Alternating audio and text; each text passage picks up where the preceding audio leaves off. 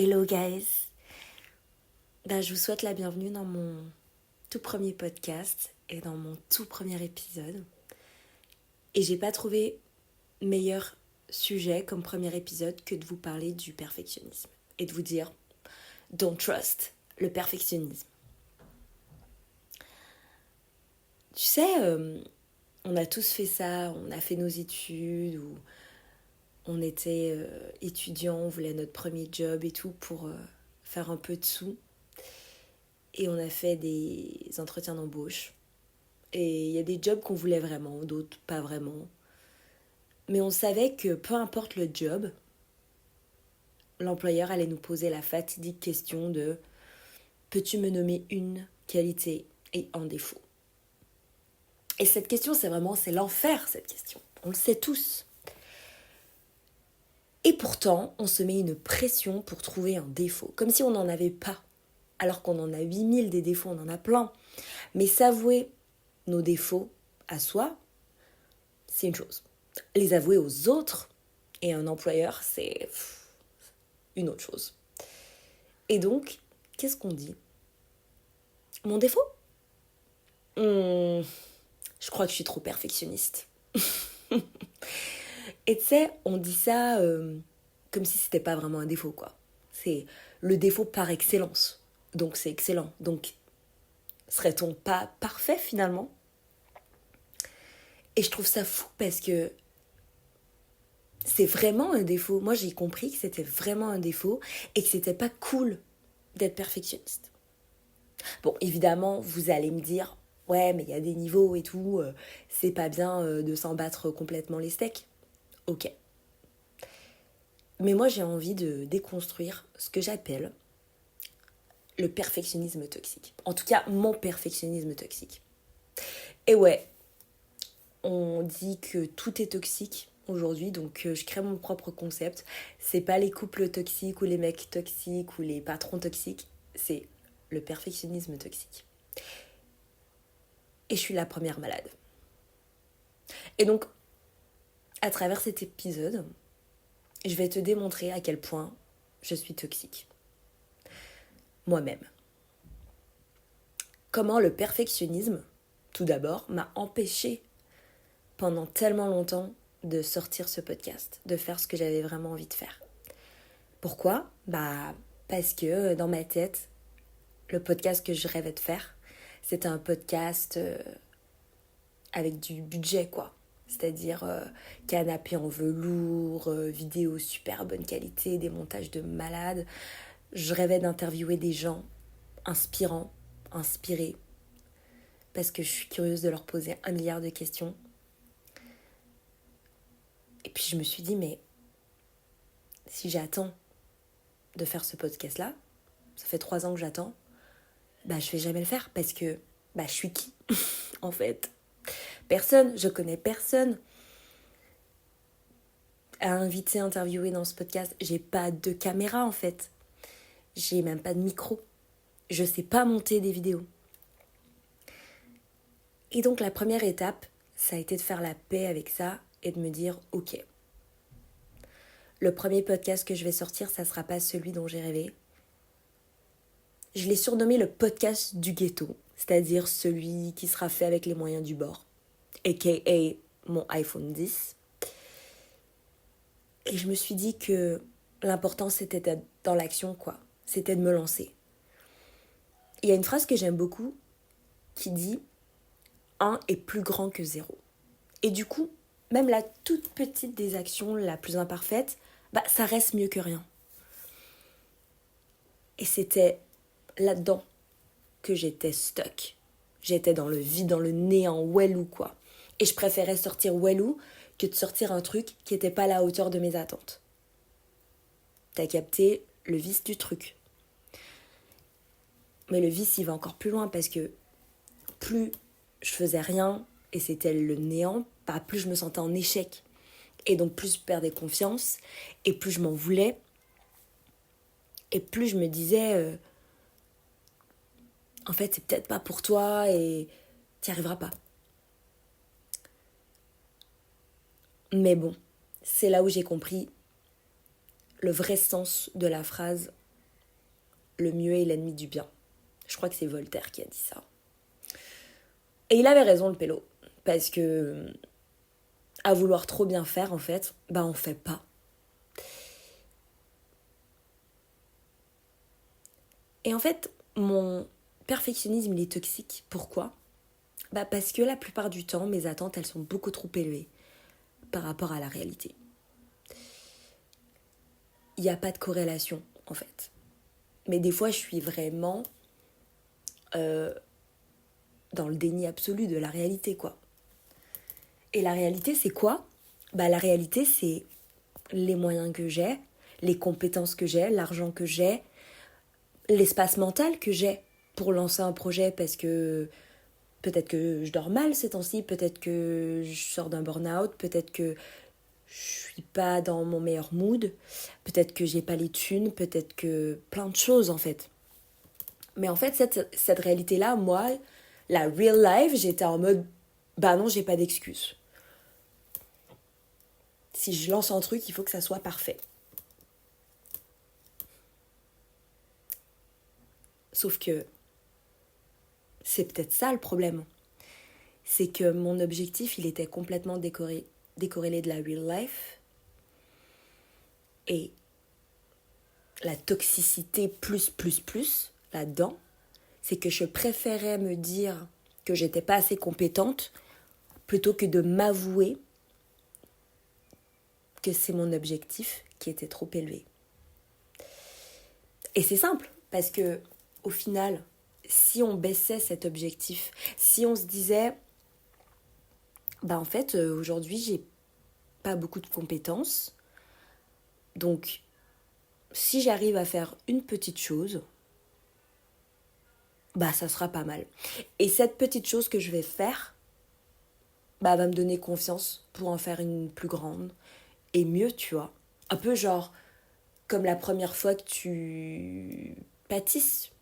Tu vois, tes premiers gâteaux, ils sont éclatés, ils sont pas du tout comme dans la photo du livre de recettes que tu viens d'acheter. Parce que c'est la première fois et t'as compris en fait que t'as peut-être pas mis assez de levure ou t'as peut-être pas assez battu les œufs. Et puis c'est pas grave parce que si ton objectif c'était juste de faire un gâteau et de le faire et d'essayer de faire une recette que tu kiffes, t'es content de l'avoir fait même si le truc il est immangeable. Et puis tu te dis la prochaine fois je referai le truc, je vais changer 2-3 ingrédients ou les dosages et bam, surprise, c'est forcément mieux. Et du coup tu prends conscience et du coup tu as envie d'en faire plus et donc de devenir vraiment compétent à ce truc là quoi.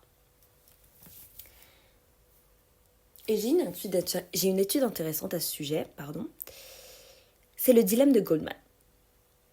J'ai lu ça récemment et c'est là où je me suis dit il faut vraiment que je commence ce podcast avec le perfectionnisme. L'étude est très simple.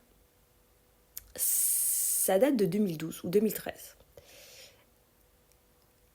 Et Goldman a demandé à peu près plus de 2500 athlètes de 50 disciplines différentes de choisir.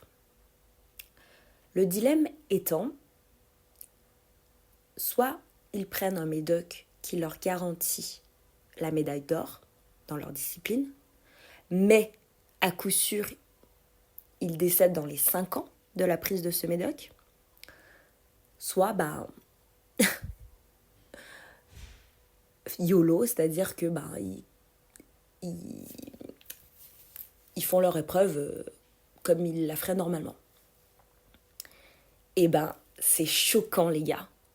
Shocking! 50% des athlètes accepteraient de prendre le médoc. C'est quand même un truc de fou, la toxicité du truc. Et du coup, Goldman, il s'est dit, je suis peut-être tombée sur des zinzins, donc je vais reproduire l'expérience. Il l'a faite 5 fois dans les 10 années qui ont suivi, et même résultat. Et c'est là que je me dis, ça va, je me sens moins seule.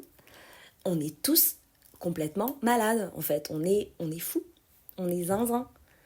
On se met une pression telle. Je dis on se met, mais franchement, la société nous met la presse. On va pas se mentir, les gars. Et c'est comme ça, en fait, que j'ai capté que ma toxicité plus, bon, je sais pas combien de plus je suis, mais c'est grave, c'est qu'il y a plusieurs couches à ma toxicité perfectionniste. La première, c'est que je vais être super exigeante avec moi-même, je vais attendre que de la perfection dans ce que je fais. Donc ça, je pense que tu peux te reconnaître là-dedans si t'es comme moi. Et en réalité, on a peur de quoi ? On a peur de l'échec. On a peur d'être jugé par les autres dans ce qu'on fait. Puis ensuite, il y a la perfection qu'on attend des autres. Tu vois ? Genre, les perfectionnistes qui se disent, bah, moi j'attends l'excellence de moi-même, donc c'est normal que je l'attende des autres. Et là où c'est pervers, c'est que moi, je suis fucking toxique parce que j'attends même pas à ce que mes proches soient parfaits. Je suis hyper douce et hyper empathique envers eux et understanding. Mais par contre, je l'attends de moi, quoi. Moi, j'ai aucune excuse alors que mes potes, bah clairement, je prends en compte leur vie, leur mood et tout, tu vois. Donc, dissonance, déjà. Pourquoi je suis pas capable d'être aussi tendre avec moi-même que je le suis avec les autres ? Uh-huh. Et puis, il y a la troisième couche, c'est celle dont je vous parlais tout à l'heure. C'est la perfection qui est pernicieusement prescrite socialement, quoi. C'est celle qui rôde un peu dans notre environnement. A.K.A. social media. Évidemment, les réseaux sociaux, grand coupable parce que on va pas se mentir, on a beau savoir au fond de nous que ce qu'on voit, c'est pas vrai, parce que Instagram, c'est le terreau fertile des perfect families, perfect smile, perfect face, perfect ass, perfect life.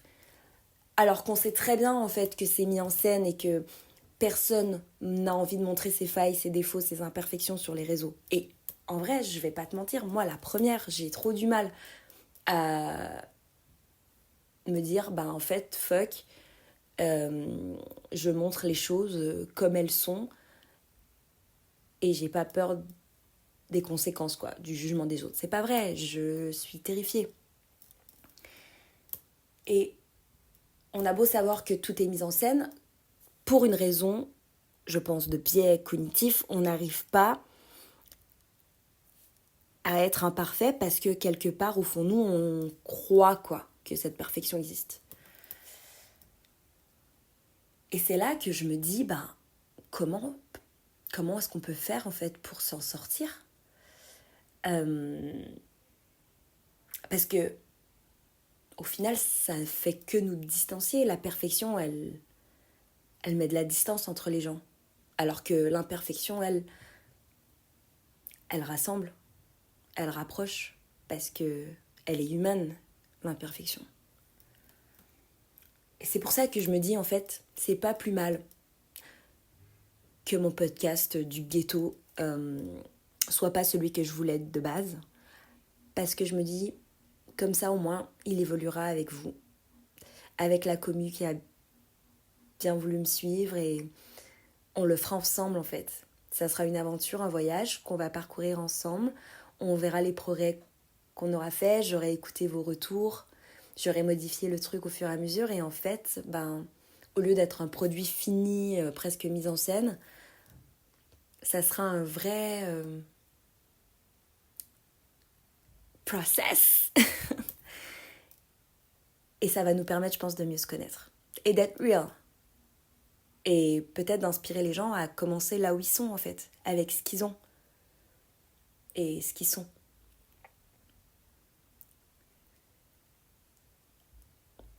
Et donc, pour en finir avec le perfectionnisme toxique, enfin, pour essayer en tout cas, parce que c'est dur, j'ai réfléchi à des actions qu'on pouvait faire ensemble, enfin, en tout cas essayer. Et la première, je dirais, c'est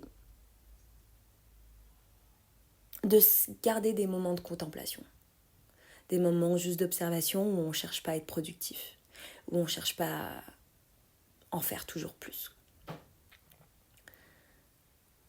Et je pense que plutôt que de faire toujours plus, je pense qu'il faut privilégier les petites actions. C'est celles-là qui donnent un vrai boost quotidiennement et qui sont pas trop pesantes. Parce que ce podcast-là, il était longtemps dans ma fucking to-do list. Et je me dis que peut-être qu'il est pas parfait, peut-être que d'ailleurs c'est une grosse bouse, mais au moins c'est une bouse qui aura le mérite d'exister dans l'univers. Et pas dans ma fucking to-do list, quoi. Et donc, ouais, des petites actions qui ont l'air vraiment insignifiantes, mais qui ne le sont pas du tout. Je pense aussi qu'il faudrait faire le deuil de l'exhaustivité. Arrêter de croire qu'on pourra tout savoir, tout lire, tout regarder, tout faire, tout tenter, parce que c'est pas vrai. Et que c'est épuisant et qu'on n'a pas nécessairement les moyens pour. Et c'est ok. C'est ok de synthétiser plutôt que de faire dans le détail et de faire les choses aussi cycliquement parlant. On peut pas tout rentrer dans une journée, on peut pas tout rentrer dans une année et c'est ok de faire les choses les unes après les autres. Et je pense que la clé là-dedans, c'est d'arrêter de vouloir tout contrôler. Which is my huge problem.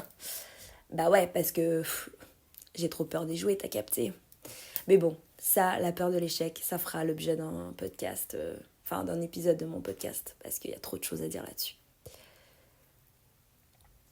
En tout cas, je vais finir ce podcast en te disant de rester imparfaitement parfait, parce que c'est ce qui te rend humain, c'est ce qui me donne envie de te rencontrer, c'est ce qui te fait de toi, toi. Parce que je pense que les gens qui t'aiment aiment tes défauts, en fait. Et donc, la prochaine fois que tu as envie de faire un truc, lance-toi. Parce que l'important, c'est d'être dans l'action, de prendre confiance en soi et surtout de trust the process. Fais attention à toi. À la prochaine.